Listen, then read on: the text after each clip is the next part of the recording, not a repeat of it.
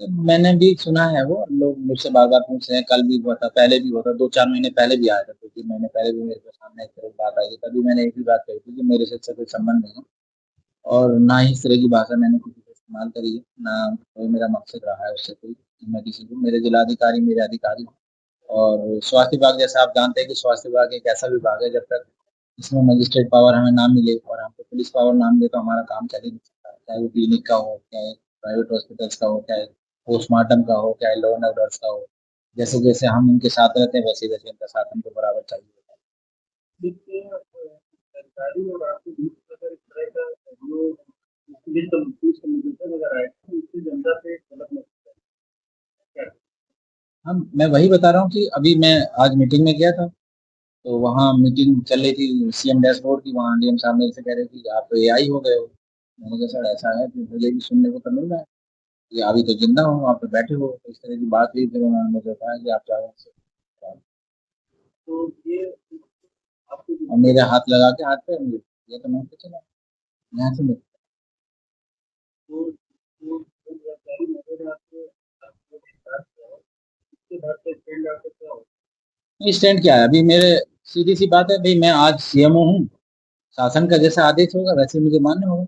मैं पब्लिक हित में काम कर रहा हूँ, कोई भी मुझसे जनप्रतिनिधि कहीं कोई नाराज नहीं है, मैं सबके लिए बराबर काम करता हूँ, कोई भी किसी का फोन आता है, कोई मुझे दिक्कत नहीं है, किसी जनप्रतिनिधि को मेरे से कोई समस्या नहीं है। और आप सभी जितने भी पत्रकार मीडिया हैं, अभी मेरे ख्याल से मेरे से कोई किसी को शिकायत नहीं होगी, जब भी किसी की जो जरूरत मेरी जहाँ भी पड़ी है मैंने करा है। हाँ, इतना जरूर है कि आप देख ही रहे हैं, जैसे पहले वो जेम फार्मा वाला था, वो उल्टा सीधे काम कर रहा था, उसका बिल, उसकी बिड भी गलत थी, वो हमने 125 पेज की बना के डीएम साहब को भी दी है। वो सीबीआई से चार्जशीट की फर्म थी। अब जो ये वंदना सिंह जो उस समय एसएफओ है, सीनियर फाइनेंस ऑफिसर थी, ये बार बार दबाव बना रही है उसके पेमेंट के लिए, जो कि हमने नहीं किया। वो कोर्ट में केस चल रहा है, मोस्ट प्रोबेबली जो है उसमें बिड डालवा दी गई है, कोर्ट के ऑर्डर हुए कि बिड डाल दीजिए और बिड में कोई भी पार्टिसिपेट कर ले। उसका सामान भी अधोमानक था, कंपनी था, और 1,30,37,हजार का सामान आया था, जब उसने हमको, जो पहले कमिश्नर साहब थे गुप्ता जी, उनके टाइम में, सर के टाइम में हमको चिट्ठी आ गई थी 4 ही दिन के बाद। हमने 16 दिसंबर को ज्वाइन किया था, और 20 दिसंबर को हमको चिट्ठी आ गई थी कि इनका पेमेंट करें, या कि इनको इनका जो समाधान करें। फिर हमने सर को जाके बताया कि अभी तक 1,30,47,हजार का सामान आया है, 30 लाख का सामान ही नहीं आया। तो सुबोध उस समय एसएमएस स्टोर देख रहे थे, डॉक्टर सुबोध यादव ने क्या काम किया कि उसको 15 दिन का एक्सटेंशन दे दिया हमारे से, बिना परमिशन लिए, संडे के दिन 15 दिसंबर को। उस देने के बाद में वो हम पे चढ़ने लगा कि मेरे को तो आपके विभाग से मुझे मिला है एक्सटेंशन पीरियड, अब आप मेरा सामान लीजिए। फिर 28-29 के आसपास दिसंबर में उसने अपना सामान सप्लाई कर दिया, 1 तारीख को, और 9 तारीख जनवरी को उसकी सीआरएसी डेवलप हो गई। फिर वो पेमेंट के लिए हमको लड़ाई झगड़ा ये करता रहा। डीएम साहब के यहाँ शिकायत की, डीएम साहब ने हमसे कहा इसकी शिकायत की जो है जांच करके बताइए कीजिए। इसी बीच में एसएफओ ने हमको चिट्ठी लिखनी शुरू कर दी 2-3 बार की इनका पेमेंट के लिए लगाइए, इनका सामान आ चुका है। तो उससे हमने कहा भी ऐसे कैसे हो सकता है, जब ये सीबीआई से चार्जशीट है, सीबीआई चार्जशीट को तो बिड ही नहीं उठनी चाहिए थी। फिर बिड भी उसको गलत तरीके से दी गई, जो बाकी बिडर थे उनके सारे पेपर पूरे थे, उनका जो इनकम टैक्स रिटर्न था वो 3-3 साल का, जो भी उसमें बिड की सेवा सत्य थी उसमें था। और इसको जो है केवल डीएम साहब के करेक्टर सर्टिफिकेट पे इसको दे दिया गया, जबकि ये सीबीआई चार्जशीट था। और उसके बाद जो सामान इसने बाद में दिया उसका बैच नंबर अलग है, जो बिल इसने जो उस पर डाले हैं जैन पे, उसका बैच नंबर अलग है। तो अब पेमेंट नहीं हो सकता था, वो कोर्ट में चला गया, कोर्ट में मोस्ट प्रोबेबली जो है खत्म ही हो जाएगा। अब ऊपर आरएन सिंह जो अन्वेषण देख रहे थे, सारा अर्बन उन्हीं के पास था, वो ज्यादातर लोगों को भगाए रहते थे। अब डीएम साहब भी उधर ही गए, हम भी उधर ढूंढना शुरू किया, जिसको भी पकड़े जो गायब मिलता था हम भी उसकी तनख्वाह बाधित कर रहे हैं, हम भी उसकी एक्सप्लेनेशन कॉल कर रहे हैं। वही डीएम साहब हमसे चाहते भी हैं। सस्पेंशन मेरे हाथ में नहीं है, अगर मैं किसी को निकालूंगा तो डीएचएस से है, तो डीएचएस में मुझे रखना पड़ता है। फिर वहां पे डीएचएस में जो डीएम साहब अध्यक्ष होते हैं, वो वहाँ डीएचएस का निर्णय होता है डीएम साहब की अध्यक्षता में होता है। तो कुल मिला के ये है कि मैं किसी को एकदम से निकाल के थोड़ी भेज दूंगा, कल वो कोर्ट चले जाएगा।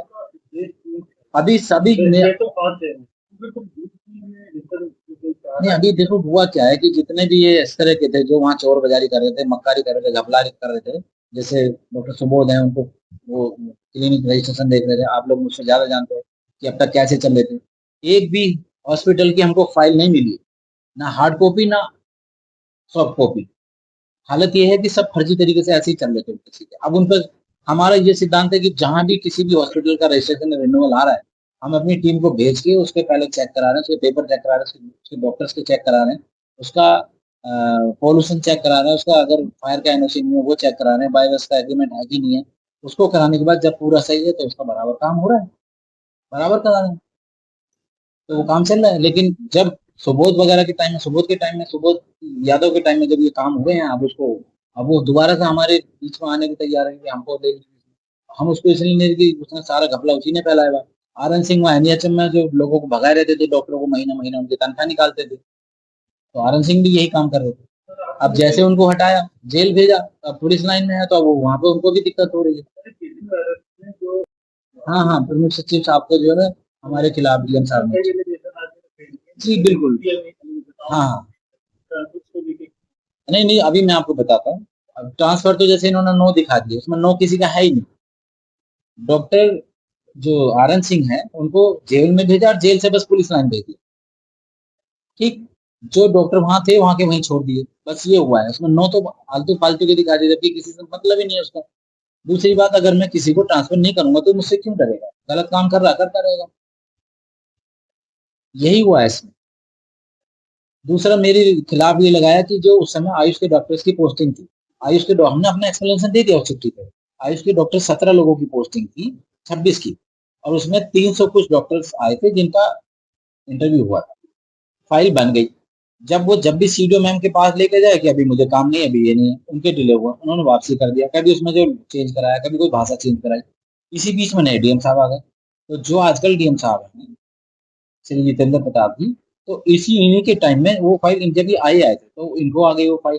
तो जब हमारे लेवल पे डिले नहीं हुआ, हम तो बराबर जो हमारा डीपीएम है स्वनी, हम उसको लेके फाइल बराबर भेजते रहे, तो या तो वर्बली क्या के भेज दिया या उसमें कुछ चेंज कराने के लिए भेज दिया, डिले हुआ उनके टाइम पे। फिर हम हमसे कहा डीएम साहब ने किया, तुम, मैंने सुना तुम बहुत दबाव में हो। मैंने कहा, हाँ सर दबाव में तो हूँ। तो बोले फिर इसे हम कैंसिल कर रहे हैं। मैंने कहा सर पैसा क्या है, तो मैंने कहा सर बहुत बड़ी अच्छी बात है। वो फाइल कैंसिल हुई, तो उसमें इन्होंने ये लिखा है कि हमने इसमें नहीं डाला, उसमें डाला, उसमें बराबर कार्रवाई, उसको एनआईसी पे भी लोड किया गया, उसको एनएचएम में भी पता था, उसको एनएचएम एनएचएम की उस पर भी सब कुछ है, उसका कोई दिक्कत ऐसी नहीं है उसके अंदर, तो हमने उसका जवाब बना के दे दिया।